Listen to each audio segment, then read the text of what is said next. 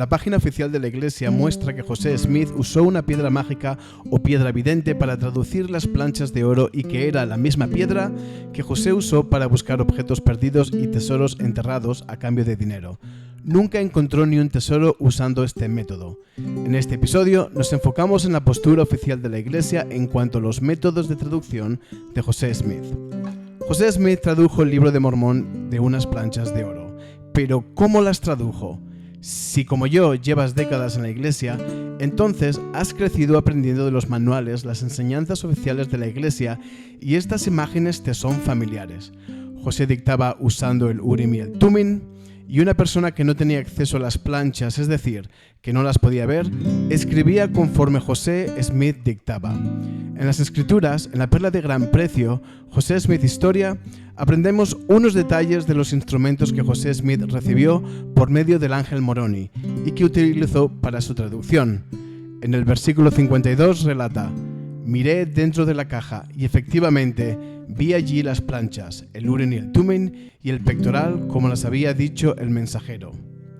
La iglesia ha comisionado y subvencionado artistas para retratar hechos históricos de la iglesia y estas imágenes han sido parte de nuestros manuales, que cada domingo usamos para las lecciones de escuela dominical, primaria, cuadros en los pasillos de la iglesia, etc.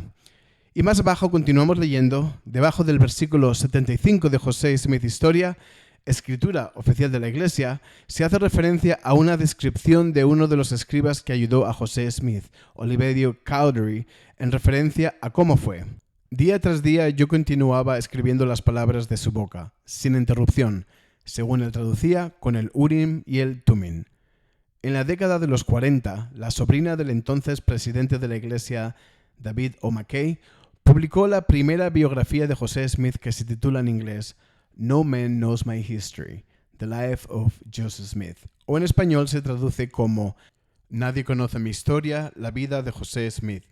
Al ser familia de la familia McKay, la autora, Fawn McKay Brody, tuvo acceso a archivos confidenciales de la iglesia y sacó a la luz una biografía que destapó aspectos de la vida y cronología de sucesos en la vida de José Smith, así como detalles documentados y verídicos que habían sido ocultados.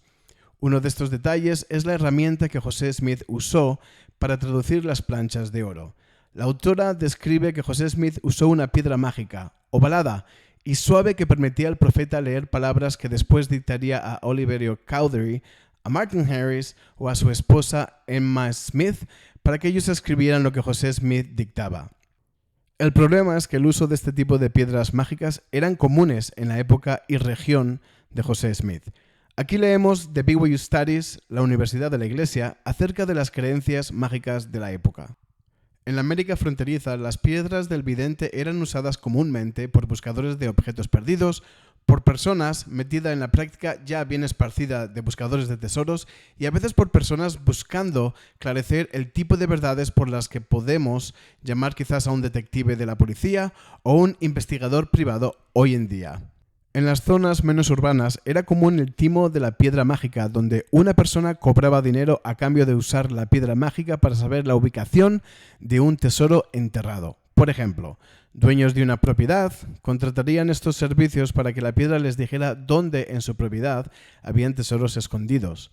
José Smith y su familia se dedicaban a esta práctica y el hecho de que José Smith usó la misma piedra para traducir las planchas de oro crea una disonancia cognitiva que impulsa a la iglesia a ocultar estos detalles. Y es comprensible, es difícil aceptar como divino un truco de estampita que entonces era considerado como detestable y deshonesto. En 1826, de hecho, José Smith fue hallado culpable en Nueva York de timador por el uso de esta piedra mágica y todavía se conservan los documentos del juzgado en su sentencia. De hecho, autoridades generales de la Iglesia han emitido documentos oficiales negando el uso de tal piedra mágica o piedra vidente. Un ejemplo viene del historiador oficial de la Iglesia y después profeta Joseph Fielding Smith, que dijo: «La piedra del vidente no se usó en la traducción del Libro de Mormón. No hay ninguna declaración auténtica en la historia de la Iglesia que manifieste que se usó tal piedra en la traducción. Estos informes son simplemente rumores y yo personalmente no creo que se usara esta piedra para tal propósito». La autora que sacó estos detalles en su libro, la sobrina del presidente David O. McKay, fue excomulgada en 1946 y la Iglesia negó que José Smith usara la piedra mágica. Con el pasar de los años, la Iglesia poco a poco ha ido suavizando su rechazo de la piedra mágica de José Smith y hace 10 años aproximadamente, de forma silenciosa, añadió un ensayo donde ahora reconoce que en efecto José Smith la usó. También añade algunos testimonios de aquellos que estuvieron en la habitación donde la traducción tuvo lugar. Los puedes ver en la página web oficial de la Iglesia. Te metes en bibliotecas, bibliotecas del Evangelio, historia de la Iglesia y ensayos sobre temas del Evangelio. Y aquí te metes en la traducción del Libro de Mormón. Como siempre digo, léelo todo. Pero para el grano, nos desplazamos hacia abajo en la página y leemos: el otro instrumento que José Smith descubrió enterrado años antes de recibir las planchas de oro era una pequeña piedra ovalada o piedra vidente. De joven, durante la década de 1820, José Smith, a semejanza de otras personas de la época, utilizaba la piedra vidente para buscar objetos perdidos y tesoros enterrados. Cuando comprendió su llamamiento profético, se dio cuenta de que podía usar esa piedra para un fin más elevado: traducir escrituras. Continuamos leyendo más abajo.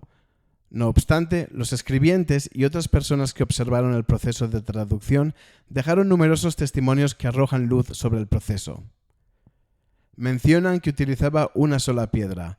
Según estos relatos, José colocaba a los intérpretes o la piedra vidente en un sombrero, apoyaba el rostro en el sombrero para bloquear la luz del exterior y leía en voz alta las palabras en inglés que aparecían en el instrumento. Continuamos leyendo. La esposa de José Smith, Emma, explicó que ella escribía con frecuencia día tras día en una pequeña mesa de su casa en Harmony, Pensilvania. Describió a José sentado con el rostro oculto en el sombrero, con la piedra en su interior y dictando hora tras hora, sin nada entre nosotros dos. Según Emma, las planchas solían estar sobre la mesa, sin ánimo alguno de ocultarlas, envueltas en un mantel pequeño. Richard Bushman, historiador profesional, miembro de la Iglesia, que además incluyo de uno de los grupos apologistas de la Iglesia Fair Mormon, dice: empezaré diciendo que todavía tenemos fotos, pinturas de José Smith con las planchas de oro enfrente de él. Cualquiera que estudie la historia de la Iglesia sabe que no es así como sucedió. Así que pienso que tenemos que parar esto inmediatamente. No estoy seguro que necesitemos un montón de fotos en nuestras capillas de José Smith mirando en su gorro, pero tenemos que enseñar a nuestros hijos cómo pasó. Es raro. Es una escena rara. Esto implica que es como oscurecer un cuarto cuando mostramos una presentación. Implica que hay una imagen que aparece en esa piedra y luz en el cuarto hacía difícil ver la imagen en la piedra. También implica una traducción que es una lectura o así nos da pocas pistas de cómo fue el proceso de traducción. Y con esto viene la pregunta: ¿para qué hacían falta las planchas? ¿Por qué las necesitamos en la mesa si simplemente están envueltas en un mantel mientras José Smith mira a su piedra del vidente? Queda claro que José Smith no traducía de las planchas de oro y dedicaba su esfuerzo en la técnica típica de la época, la cual es la piedra vidente. Otro escribiente, Martin Harris, se sentaba al otro lado de la mesa, frente a José Smith, y escribía las palabras que José le dictaba. Harris recordó posteriormente que las frases aparecían cuando José utilizaba la piedra vidente para traducir. José las leía en voz alta y Harris, tras escribir las palabras, decía: escrito.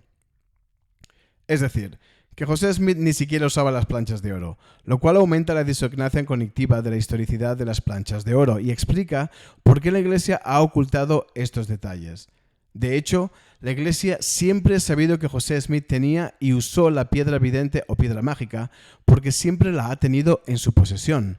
Recién hace unos años la han hecho pública, aunque de forma silenciosa.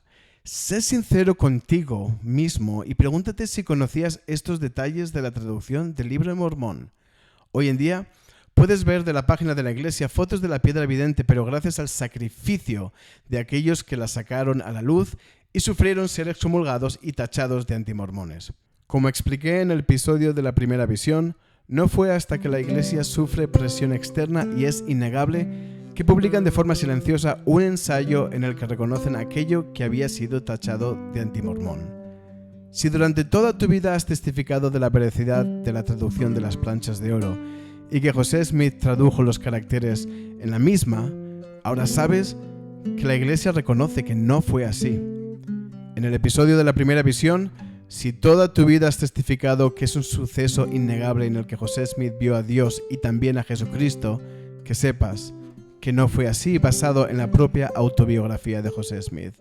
Y si toda tu vida has tomado el libro de Abraham como escritura y traducción directamente de papiros escritos por Abraham, como vimos en el episodio del libro de Abraham, ya sabes que lo que José Smith tradujo no tiene nada que ver con lo que dicen los papiros, y la Iglesia lo reconoce. Lo reconoce todo de forma silenciosa y reconoce aquello que siempre ha tachado de material antimormón, de forma silenciosa como hecho histórico y verídico.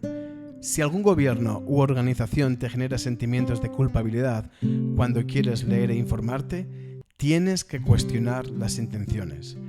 A fin de cuentas, es lo que las dictaduras o sectas religiosas hacen para controlar el conocimiento y comportamiento de sus seguidores. Si alguien te dice que dudes tus dudas, aquí, desde el estante Sud, os invito a que estudiéis y estéis informados por vosotros mismos. Te insto a que leáis los ensayos sobre temas del Evangelio y te eduques más acerca de la historicidad, de la doctrina y hechos históricos de la Iglesia. Déjame tus comentarios y comparte este vídeo para que todos puedan aprender de estos detalles en la página oficial de la Iglesia y déjame saber de qué otros temas te gustaría que abordemos.